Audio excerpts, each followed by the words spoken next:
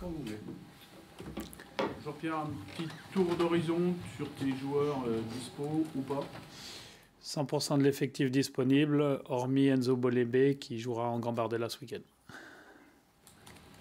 On a vu Wilfried, Paul et Mamadou s'écarter du groupe. C'est une décision.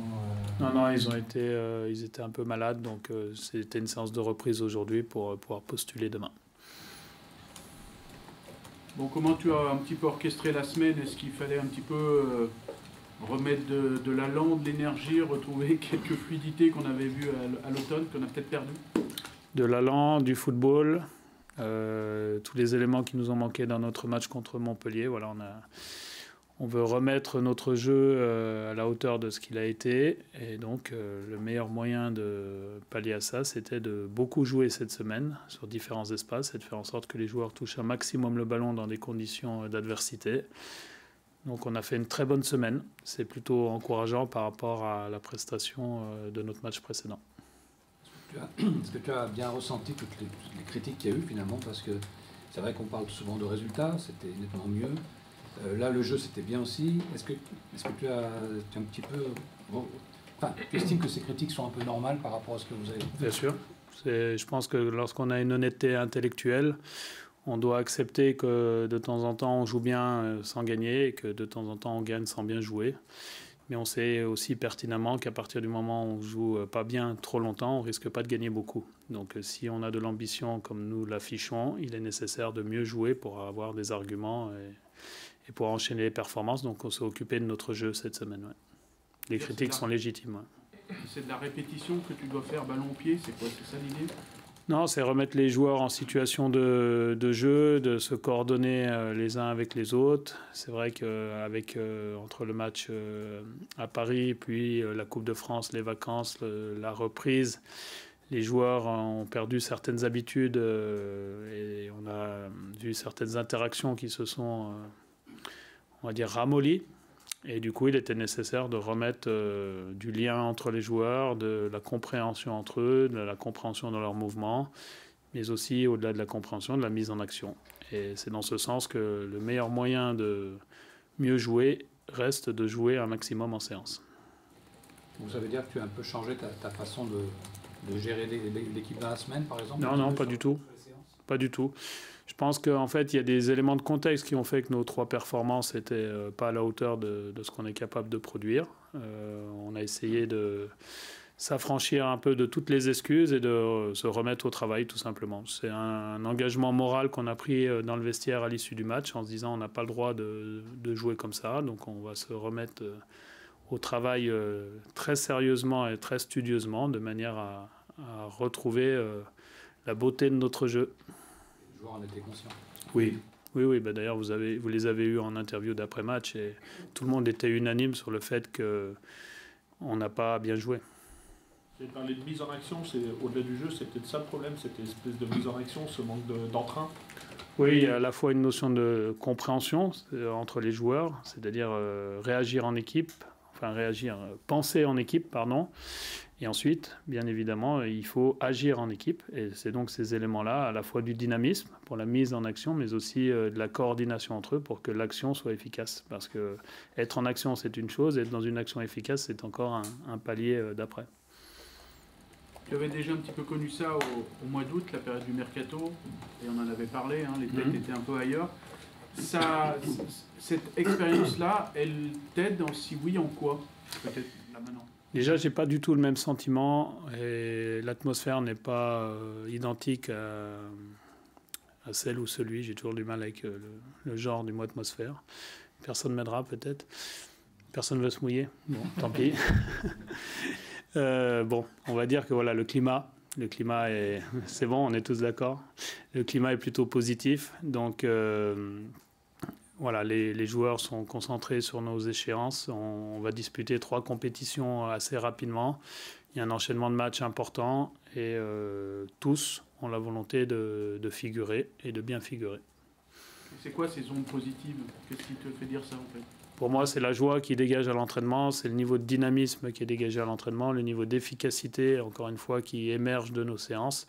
Et c'est vrai que autant la semaine dernière, on avait très bien commencé notre semaine, mais on l'avait mal fini. Et cette semaine, pour l'instant, on arrive à avoir un niveau d'entraînement assez haut. Ça ne donne aucune garantie sur la performance, mais dans tous les cas, disons que c'est un meilleur scénario que celui de la semaine dernière, à l'issue duquel on n'avait pas vu un bon match, quoi. Quelle idée tu te fais de Brest, qui a mal débuté l'année à Angers, et puis qui a évidemment ce paradoxe, qui brille en Ligue des Champions et qui est moyen en Ligue 1? Pour moi, quand on est capable d'être bon sur plusieurs matchs, comme c'est leur cas en Ligue des Champions, ça veut dire qu'on est capable de faire des choses. Et ils nous l'ont prouvé à la fois dans cette compétition, mais aussi dans leur saison l'an dernier, parce que pour moi, c'était une des équipes qui jouait le mieux de la Ligue 1. Et je pense qu'ils sont capables de faire beaucoup de choses.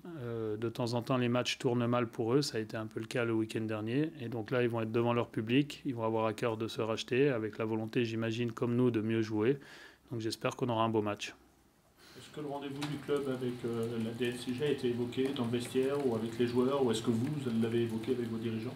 Non, pas du tout. En fait, on suit ça de loin, on leur fait confiance. Là, c'est un appel, donc j'imagine qu'ils ont des éléments à faire valoir. Voilà, ils vont pas en appel pour aller en appel, ils vont en appel avec l'idée d'inverser les choses. Donc on leur fait confiance et on les soutient.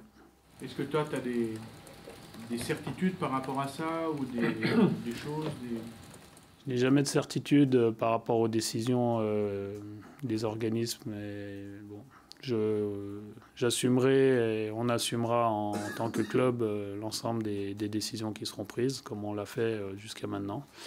De toute manière, lorsqu'on n'a pas le choix, on fait toujours avec. Thiago Almada est attendu dans les prochaines heures. Est-ce que tu t'es forcément penché sur son profil?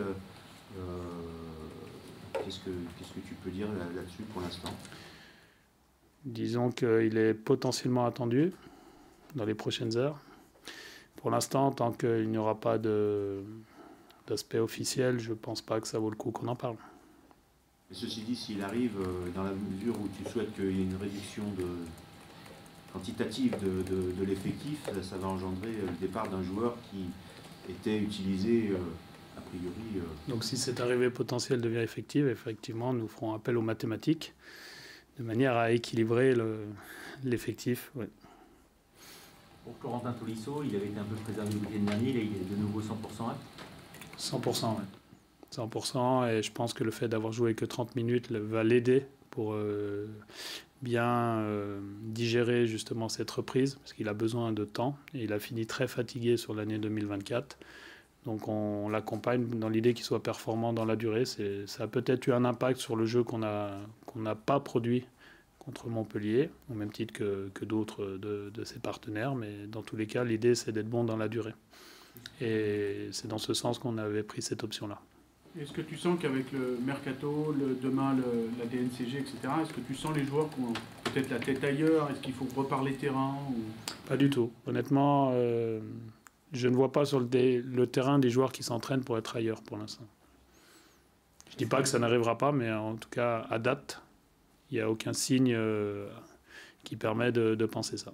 Tu sens vraiment un énorme changement par rapport au mois d'août depuis? Oui, beaucoup plus, puisque autant au mois d'août, ce genre de signaux apparaissaient, autant maintenant, je n'ai pas du tout ce sentiment-là.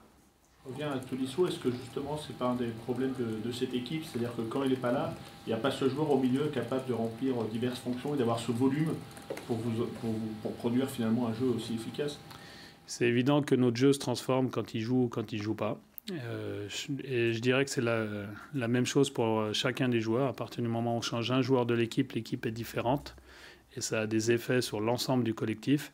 Mais lui, effectivement, de par ses caractéristiques, notamment au niveau de l'énergie et du volume, ça a un élan très positif pour ses partenaires. À l'issue de la conférence, enfin lors de la conférence de presse d'après-match, vous avez parlé d'une contagion qui était plutôt négative avec de la passivité. Et lui, il apporte du dynamisme. Et ce que je souhaite, c'est qu'effectivement, il soit la borne Wi-Fi de notre dynamisme. Là, vous êtes parti pour 3 semaines à 2 matchs par semaine. 3 matchs par semaine, je ne sais pas comment on peut compter ça, mais en janvier, c'est complètement inhabituel. Qu'est-ce que ça change un petit peu dans la préparation, dans les précautions peut-être que vous allez prendre dans les rotations? En fait, on va faire du pilotage à vue. Il n'y a pas de stratégie, mais l'idée, c'est encore une fois, d'être en situation de performance dans les 3 compétitions. On doit se qualifier en Coupe de France. On veut se qualifier lors des 2 matchs d'Europa League pour s'économiser 2 matchs et s'acheter d'autres problèmes. Et on veut bien figurer en championnat parce qu'on a gagné un petit peu de terrain lors de la dernière journée. Donc maintenant, il faut valoriser cet aspect-là. Donc il va falloir, comme je vous le disais, piloter à vue et essayer de faire en sorte d'avoir de la fraîcheur et une équipe performante à chaque rencontre. Est-ce que c'est un petit peu différent en janvier où il fait froid, les terrains sont plus mauvais, où on a plus de risques de blessures Oui, forcément, il faut prendre en compte les conditions. Donc on réduit un peu le temps des séances, on compresse l'intensité dans la durée. Vous voyez, par exemple, hier, lorsqu'on fait... Lorsqu'on fait habituellement entre 8 et 9 km sur une séance comme celle d'hier, hier on n'en a fait que 7, mais on a fait le même volume de haute intensité.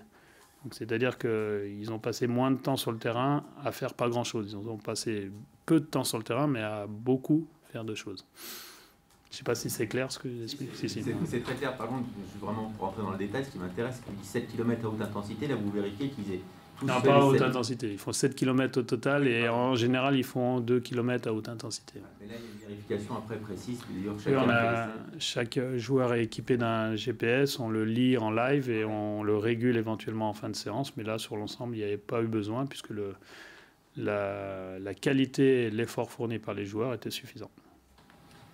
Pierre, vous avez changé de médecin aussi là, de cette semaine, je crois.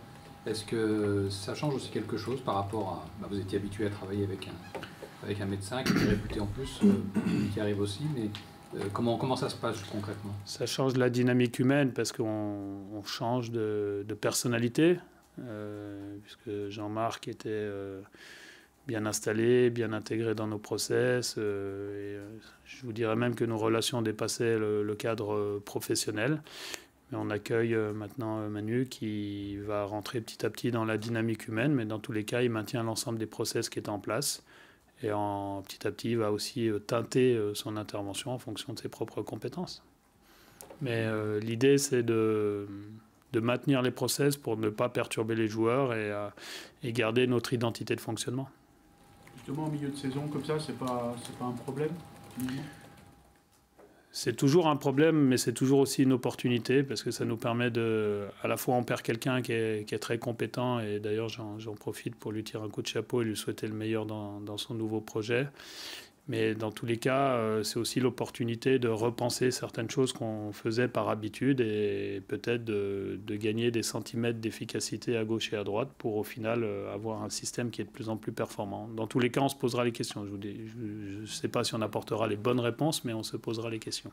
C'est promis. Je suis désolé d'insister, mais je reviens sur ma question sur Tolisso parce que l'autre versant de la question, c'était qu'il n'y a pas d'autres joueurs capable d'apporter cette intensité et ce dynamisme au milieu, et ça, est-ce que c'est pas un problème sur le long terme? En fait, on a un profil de joueur au milieu qui est assez semblable sur cette caractéristique-là, et c'est vrai que Corentin dénote par rapport à cet aspect. Mais je pense que ça peut se jouer sur d'autres postes. Quand on a par exemple Nicolas Tagliafico, il envoie aussi beaucoup d'énergie à ses partenaires. Et il était aussi absent sur ce match parce qu'il était suspendu. Donc peut-être que les absences combinées de l'un et de l'autre ont eu un effet sur le dynamisme de l'équipe. Maintenant, vous savez, c'est toujours difficile de trouver des causes à des situations, puisqu'en fait, il n'y a pas de relation de cause à effet dans ce genre de système, je dirais. Et donc, il faut prendre un peu de hauteur, un peu de recul, essayer de modéliser ce qui fonctionne, et peut-être que leur présence est un élément de bon fonctionnement. Et dans tous les cas, je ne tirerai pas d'enseignement définitif ou je ne l'écrirai jamais dans le marbre. Prudence. On parlait du milieu. On sait que Matic est un petit peu approché actuellement par des clubs, notamment italiens. Quel est un petit peu ton regard, parce qu'on sait que c'est un joueur très important, mais en même temps il a aussi un certain âge, peut-être aussi un gros salaire, donc quelle est un petit peu la stratégie aujourd'hui, Matic? Pour moi, comme vous l'avez très bien dit dans la question, c'est un joueur très important. Et donc, à partir du moment où un joueur est très important, on va tout faire pour qu'il reste. Dans tous les cas, la volonté du club est qu'il reste. Et lui, dans cet esprit aussi. Je pense, oui. Pour lui et pour d'autres, tu es obligé un petit peu de leur parler dans cette période où pour l'instant, tout, d'une certaine manière, se passe bien? Très honnêtement, il n'y a pas d'omerta sur le sujet, mais je n'irai pas chercher les joueurs sur ce sujet-là. S'ils ont besoin de m'en parler, ils viendront, parce qu'on a des personnes au club qui gèrent très bien ces choses-là, notamment Mathieu Louis-Jean. Et donc, l'idée, c'est qu'ils soient dans ce type de relation-là avec les joueurs, et que nous, on soit dans une relation de performance, mais ça n'empêche pas d'échanger avec eux, en tout cas, peut-être de leur amener des perspectives ou une vision sur ce qui va se passer sur cette deuxième partie de saison. Ça peut les aider à prendre des décisions. Mais voilà, moi, l'idée, c'est plutôt d'avoir une relation orientée jeu, terrain, comportement, tous ces aspects-là. Et ensuite, la manière de mener leur carrière, je pense qu'il y a des personnes beaucoup plus compétentes au club que moi pour les aiguiller positivement. Ok. Juste une question par rapport à Didier Deschamps, ton regard de supporter d'équipe de France et de technicien, son annonce là, de départ dans 18 mois du coup. Je trouve que le timing est bon, dans le sens où quelque part cette annonce va éviter de relier sa décision aux performances futures. Je ne sais pas si vous vous souvenez quand Roger Lemaire avait décidé d'arrêter en 2000, il me semble, il l'avait annoncé. Non, c'est quand Aimé Jacquet, en 98. Ouais, parce que Lemaire avait fait aussi 2002, il me semble. Donc Aimé Jacquet avait décidé d'annoncer de but en blanc qu'il arrêtait après être champion du monde. Donc la sortie était très belle. Maintenant, je trouve que c'est courageux de l'annoncer avant parce que quelque part, ça évite de relier ça au résultat et c'est simplement lié au process et à la durée. D'ailleurs, d'après ce que j'ai lu, il estime avoir fait son temps, sa période, et il a envie un peu de profiter de la vie autrement. Donc je tiens déjà à le féliciter pour cette prise de position assez tôt, mais aussi le féliciter pour tout ce qu'il a fait avec l'équipe. Ok. Merci. Voilà. Merci. Merci.